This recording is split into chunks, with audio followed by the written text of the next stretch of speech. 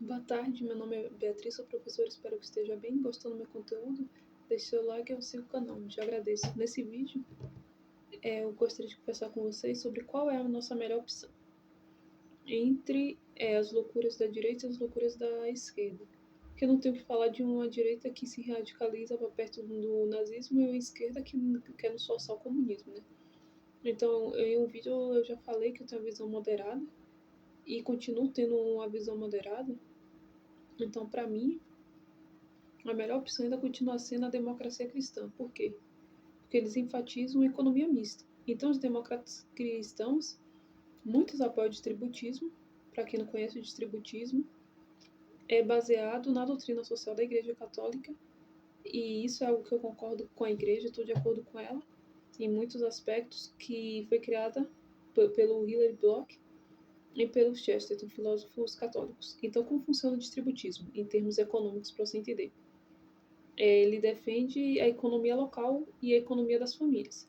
Então, ele defende que a economia não deve ficar nem concentrada no Estado e nem concentrada nas grandes empresas. Então, defende que a economia seja distribuída entre as famílias e nas empresas locais. Defende a economia local. Então, eu sou a favor da economia local, que eu sou localista nisso, que as pessoas comprem do seu local.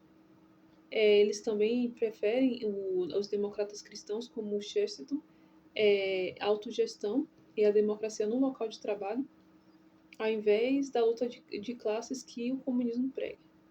Então, para mim, também a melhor opção, economicamente falando, é o distributismo. Sem sombra de dúvida, porque os distributistas querem que a economia seja distribuída para o maior número de corpos sociais possíveis. E o que eu gosto do distributismo é que eles chamam todo mundo para responsabilidade. Então, não é, os distributistas, eles estão abertos a mudanças, mas não de maneira radical. Então, eles são moderados. Tipo, as mudanças têm que ser feitas de maneira moderada e eles defendem que deve ter que os corpos sociais eles têm que ter responsabilidade e autonomia entre si. Então, que, por exemplo, defende o princípio de subsidiariedade, que nesse princípio o problema da cidade é resolvido primeiro na prefeitura antes de ir para o presidente, entendeu? O problema é resolvido no corpo mais próximo possível. Então, essas ideias são tanto inspiradas no que eu concordo na doutrina social da igreja, bem como na neo-escolástica, que tenta retomar algumas ideias da escolástica. Embora algumas ideias da escolástica sejam complexas, nós podemos trazer coisas boas que vieram com a modernidade, que foi o humanismo cristão, que não veio contradição entre apoiar o ser humano, toda a sua capacidade, e o cristianismo. Não vê oposição nisso.